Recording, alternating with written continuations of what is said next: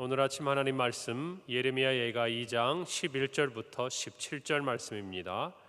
구약 성경 1145페이지 예레미야 예가 2장 11절부터 17절 말씀입니다. 제가 봉독하고 마지막 절 합독합니다. 내 눈이 눈물에 상하며 내 창자가 끊어지며 내 간이 땅에 쏟아졌으니 이는 딸 내 백성이 패망하여 어린 자녀와 젖 먹는 아이들이 성읍 길거리에 기절함이로다. 그들이 성읍 길거리에서 상한 자처럼 기절하여 그의 어머니들의 품에서 혼이 떠날 때에 어머니들에게 이르기를 곡식과 포도주가 어디 있느냐 하도다. 딸 예루살렘이여, 내가 무엇으로 내게 증거하며 무엇으로 내게 비유할까? 처녀 딸 시온이여, 내가 무엇으로 내게 비교하여 너를 위로할까? 너의 파교됨이 바다같이 크니 누가 너를 고쳐줄 소냐? 내 선지자들이 내게 대하여 헛되고 어리석은 묵시를 보았으므로 내 죄악을 드러내어서 내가 사로잡힌 것을 돌이키지 못하였도다. 그들이 거짓 경고와 미혹하게 할 것만 보았도다. 모든 지나가는 자들이 다 너를 향하여 박수치며 딸 예루살렘을 향하여 비웃고 머리를 흔들며 말하기를 온전한 영광이라, 모든 세상 사람들의 기쁨이라, 일컫던 성이 이 성이냐 하며, 내 모든 원수들은 너를 향하여 그들의 입을 벌리며 비웃고 이를 갈며 말하기를 우리가 그를 삼켰도다. 우리가 바라던 날이 과연 이 날이라. 우리가 얻기도 하고 보기도 하였다 하도다. 함께 읽습니다. 여호와께서 이미 정하신 일을 행하시고 옛날에 명령하신 말씀을 다 이루셨으며 긍휼히 여기지 아니하시고 무너뜨리사 원수가 너로 말미암아 즐거워하게 하며 내 대적자들의 뿔로 높이 들리게 하셨도다. 아멘. 예레미야 예가는 말 그대로 슬픈 노래입니다.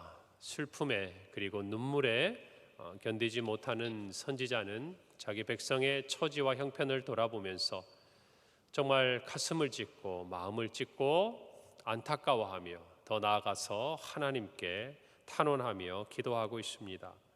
오늘 특별히 11절부터 17절에서 예레미야는 유다 땅에 있는 백성들이 당하는 이 고통의 극심함을 그가 마음속 깊이 느끼며 하나님 앞에서 애절하게 기도하고 있습니다. 오늘 11절에 보니까 내 눈이 눈물에 상하며 내 창자가 끊어지며 내 간이 땅에 쏟아졌으니 이는 딸 내 백성이 패망하여 어린 자녀와 젖 먹는 아이들이 성읍 길거리에 기절함이로다. 예레미야는 내 눈이 눈물에 상하며 내 창자가 끊어지고 내 간이 땅에 쏟아졌다라고 이야기합니다. 그의 슬픔이 너무나 커서, 그의 아픔이 너무나 커서 자기의 모든 신체 기관을 비유로 해서 정말 모든 그의 육신이 녹아내리는 것 같은 그런 표현들을 오늘 성경에서 하고 있습니다. 그만큼 그의 백성들의 아픔이 곧 자신의 아픔이요 자신의 슬픔이 되었다라는 것이죠. 오늘 저와 여러분의 마음속에 무엇 때문에 아파하고 무엇 때문에 슬퍼하고 또 무엇 때문에 우리가 괴로워하는가? 많은 성도들은 자기 자신의 아픔과 슬픔 가운데서 하나님 앞에 괴로워합니다. 맞습니다.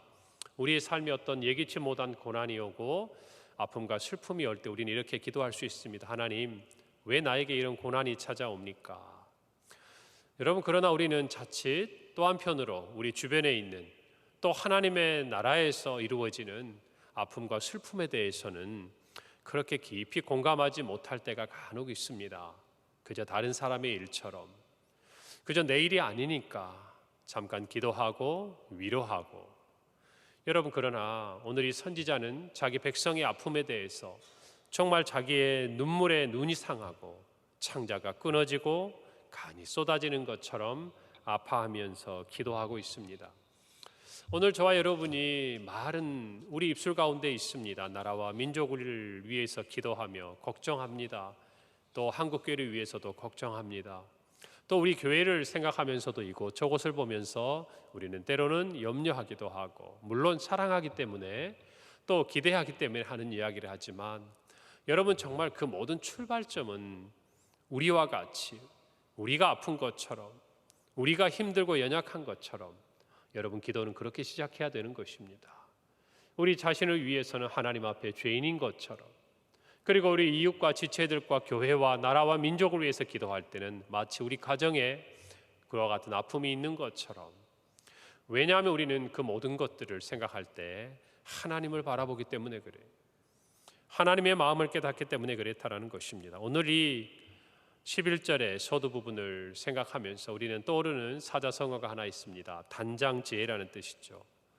끈을 말이죠. 끈을 딴 창자장, 또 어조사지혜, 슬프래. 무슨 말입니까? 창자가 끊어지는 것과 같은 아픔이라는 것입니다. 이것은 보통 자녀를 잃은 부모의 슬픔을 표현할 때 쓰는 말이기도 합니다. 이와 같은 슬픔 가운데서 선지자는 눈물을 흘리고 하나님께 도움을 구한다는 것입니다. 오늘 13절에 보니까 딸 예루살렘이여 내가 무엇으로 내게 증거하며 무엇으로 내게 비유할까? 처녀 딸 시온이여 내가 무엇으로 내게 비교하여 너를 위로할까? 너의 파괴됨이 바다같이 크니 누가 너를 고쳐줄 소냐라고 이야기를 합니다. 오늘 성경 말씀에 우리 11절 이어지는 말씀에도 이는 딸 내 백성이 패망하여 어린 자녀와 젖먹는 아이들이 성읍 길거리에 기절했다라고 이야기합니다. 그러면서 12절에 그 어머니의 품 안에서 그 자녀들의 혼이 떠나갈 때 하는 말이 무엇입니까? 어머니 곡식이 어디 있고 포도주가 어디 있습니까? 무슨 말입니까? 자녀가 부모의 품 안에서 먹을 것이 없어서 굶어 죽어가는 상황을 기록하고 있는 것 아니겠습니까? 정말 자녀가 먹을 것이 없어서 기진맥진해하고 힘이 없어 정말 그 혼이 떠나고 죽어가는 모습을 지켜봐야 하는 그 부모의 마음을 여러분 무엇이라고 표현할 수 있겠습니까? 여러분 그것이 단장지혜라는 말 속에 들어있는 것 아니겠습니까? 오늘 이 13절에 조금 전에 읽은 말씀처럼 어떻게 이 상황을 정말 비교하며 비유하며 우리가 위로할 수 있느냐 그 말입니다. 그처럼 이 예루살렘의 슬픔과 고통이 심하다는 것입니다. 여러분 정말 이 예레미야의 눈물을 보면서 그의 아픔을 보면서 우리는 어느 곳에서도 위로받을 수 없고 누구에게서도 정말 비교될 수 없고 또 비교할 수 없는 그 슬픔 가운데 있는 예루살렘을 봅니다. 여러분 우리는 세상을 살아가면서 이와 비슷한 경험을 느낄 때가 있습니다. 세상에 어떤 사람의 말로도 위로받을 수 없고 또 이 세상에 다른 사람들이 이해한다고 하지만 도무지 그들이 나를 이해하지 않을 것 같은, 이해하지 못할 것 같은 그런 슬픔과 외로움과 고독함 가운데 빠져 있을 때가 우리의 삶에 있습니다. 여러분 그때 우리는 어떻게 일어날 수 있습니까? 그때 우리는 어떤 위로를 받을 수 있습니까? 그때 우리는 어디서 힘을 얻을 수 있습니까? 여러분 그것은 바로 예수 그리스도의 십자가라는 것입니다. 여러분 이 말씀에서 예레미야 선지자는 이야기합니다. 누가 이 여인을 위로할 수 있습니까? 누가 이 어미를 위로할 수 있습니까? 여러분 그러나 우리는 알고 있습니다. 이 마음은 누구보다도 하나님이 아시는 거예요. 오늘 이 성경에서는 하나님이 이처럼 무서운 심판하시는 심판주로 나타나 계시지만 하나님은 우리를 살리시기 위해서 우리를 구원하시기 위해서 그 자신 아니 그보다 더 귀한 독생자를 우리에게 십자가에 내어 주셨다는 것을 저와 여러분이 아셔야 합니다. 그것이 하나님의 사랑이라는 것이 그래서 하나님만이 위로할 수 있는 것입니다. 예레미야는 그 누구도 위로할 수 없고 그 누구도 이 상황에서 정말 이스라엘 백성들을 이 유다 백성들을 이렇게 세울 수 없다고 이야기하지만 여러분 그러나 우리는 예수 그리스도의 십자가 앞에서 하나님은 이 모든 아픔을 아시고 하나님은 이 모든 슬픔을 아시고 하나님은 이 모든 고통을 아시는 분이라는 것을 세상에 알려주어야 한다는 것이 오늘 저와 여러분이 어떤 어려움과 고난 가운데 있다 할지라도 하나님은 여러분의 고난을 모르지 않습니다. 여러분의 아픔을 모르시지 않습니다. 여러분의 슬픔을 하나님은 동정하시는 분입니다. 할렐루야. 이 마음이 우리를 이렇게 세우는 거예요. 여러분 언제 무너집니까? 나 혼자라고 생각할 때, 아무도 나를 위로할 수 없다고 생각할 때, 가까운 배우자와 자녀들마저도 아니 교회 안에서 함께 기도했던 정말 친밀한 지체들마저도 도무지 위로할 수 없는 내 슬픔 가운데 있는 그 순간에 우리가 언제 일어날 수 있느냐 그 말입니다. 다른 거 없어요. 주님이 아신다는 마음이 들면 우리는 위로를 받습니다.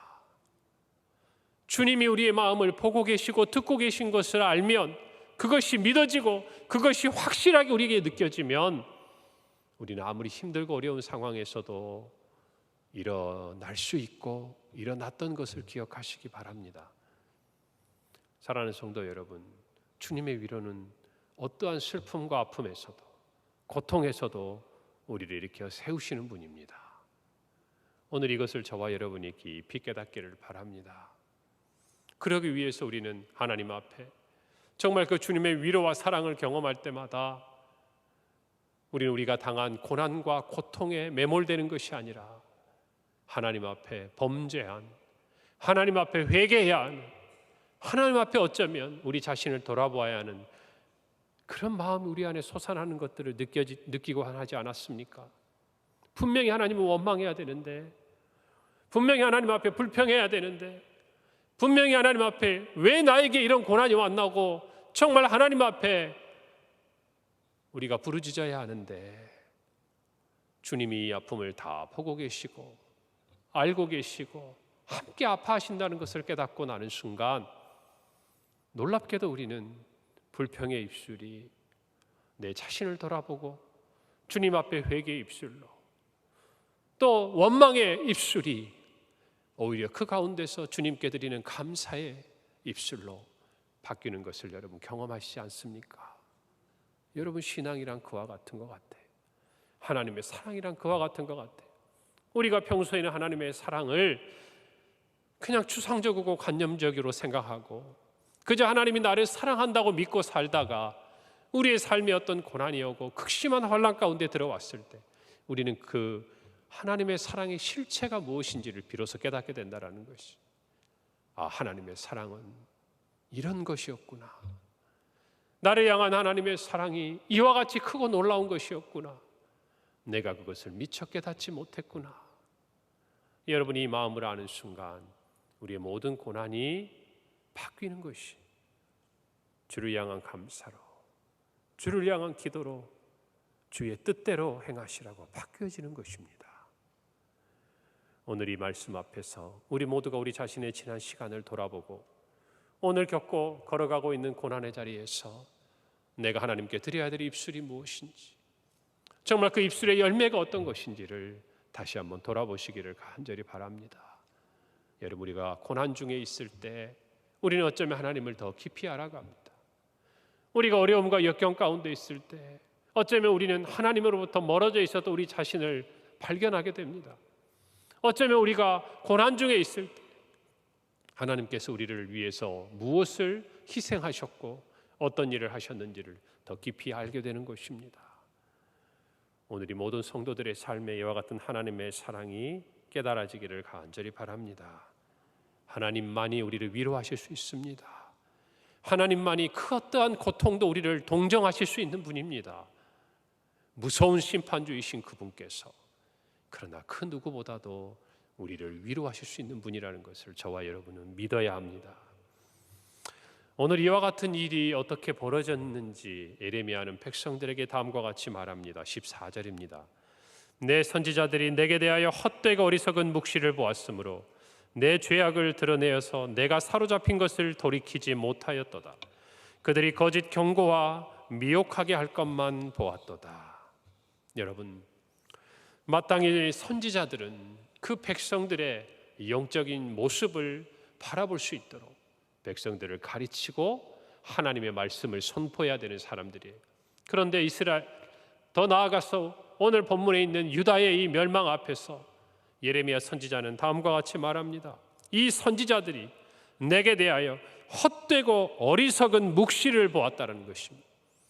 하나님의 분명한 계명과 하나님의 말씀과 하나님의 묵상에 대해서, 하나님의 이 묵시에 대해서 백성들에게 가르쳐야 하고 알려줘야 될 책임이 있었던, 사명이 있었던 이 선지자들이 멸망의 때에는 다 흩어지고 오로지 어떤 사람들만 남은 겁니까? 어리석고 헛된 묵시를 보고 그것을 말하는 선지자들만 남았다라는 것입니다. 하나님의 말씀이 희미해지고 하나님의 묵시가 백성들에게 방자하게 들리고 그것대로 따라 행하는 그 모습이 오늘 유다의 멸망을 가져왔다라는 것입니다. 사랑하는 성도 여러분, 헛되고 어리석은 묵시는 죄악을 감춥니다. 그들이 지금 어떤 사망의 권세에 묶여 있는지를 깨닫지 못하게 합니다. 깨닫지 못하니까 돌이키지 못하는 것이, 여러분, 참으로 듣고 보아야 할 것을 보지 못하고 거짓 경고와 미혹하게 할 것만 보게 되는 것입니다.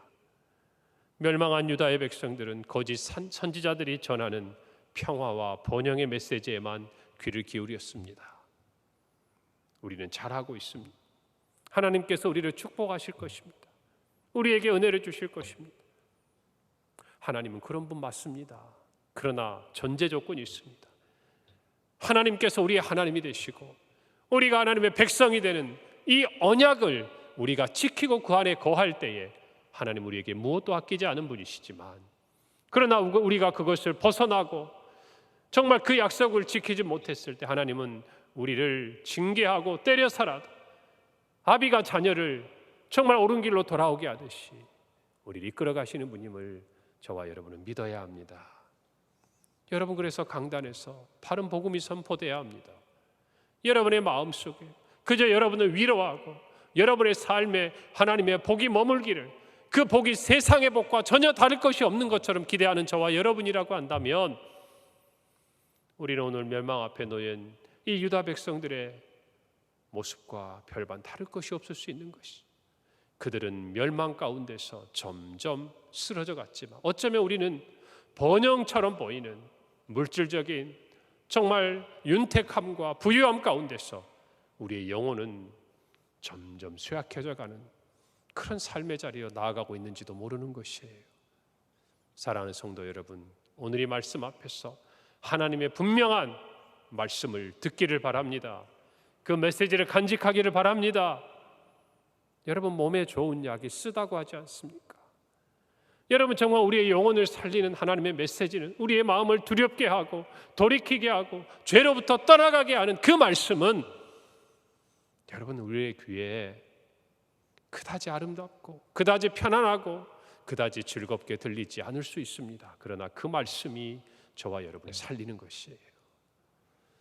오늘 이 말씀 앞에서 우리 자신을 분명히 돌아보기를 간절히 바랍니다. 특별히 이단과 사이비가 정말 횡행하는 이 시대를 바라볼 때 여러분, 그들이 쓰는 메시지가 이 똑같아요. 어떤 겁니까? 거짓 경고를 합니다.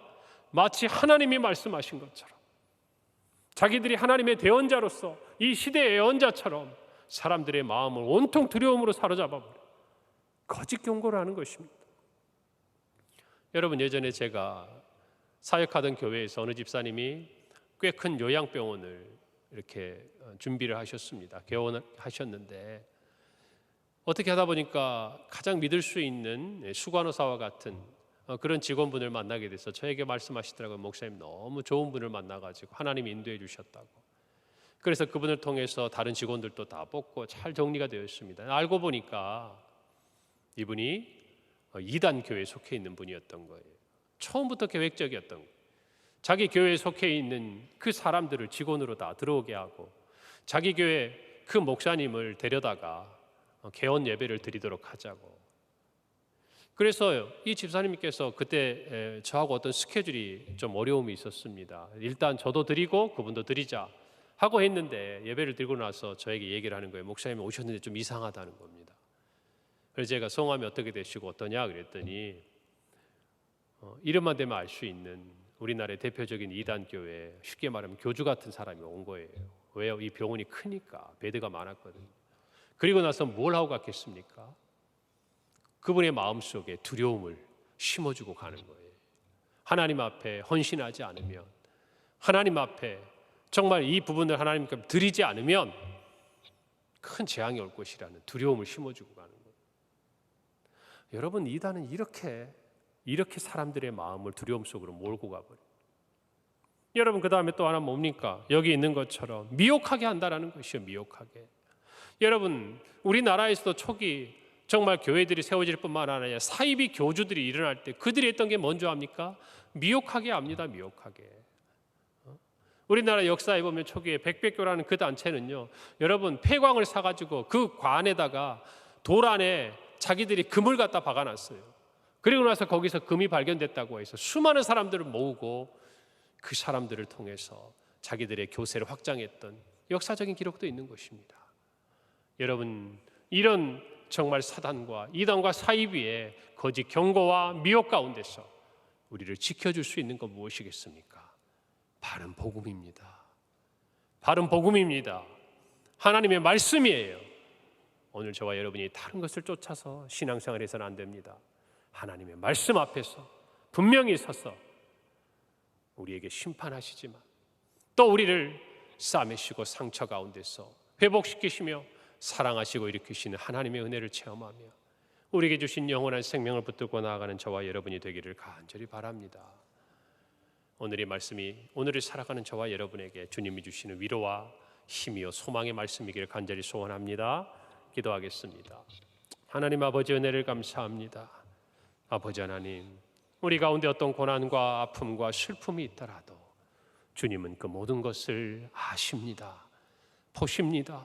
동정하십니다.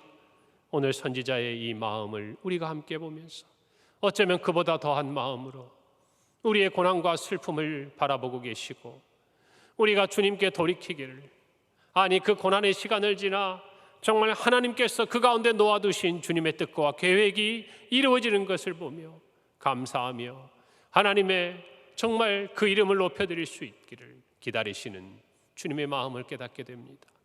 아버지 하나님, 원망하기보다는 감사하며 불평하기보다는 주님의 뜻을 구하는 우리 모두의 삶이 되게 하여 주옵시고, 주님이 우리의 고통과 슬픔을 모른다고 하나님을 향해 부르짖는 우리의 삶이 아니요, 그 모든 것을 아시는 주님께서 이 일들을 통하여 우리에게 이루시고자 하시는 뜻이 무엇인지 깨닫고 그 뜻 안에서 믿음으로 나아간 우리 모두가 되게 하여 주옵소서. 아버지 하나님, 마지막 때에 정말 이단과 사이비 거짓 아버지 하나님이여 선지자들의 거짓 경고와 하나님 미혹함 가운데서 우리를 지키게 하시고 오직 주의 말씀으로 오늘 이 시대 앞에 주님의 뜻대로 살아가는 우리 모든 평강의 성도들, 또 정말 오늘 한 날이 되도록 주님이 이끌어 주시옵소서. 감사드리고 예수님의 이름으로 기도합니다. 아멘.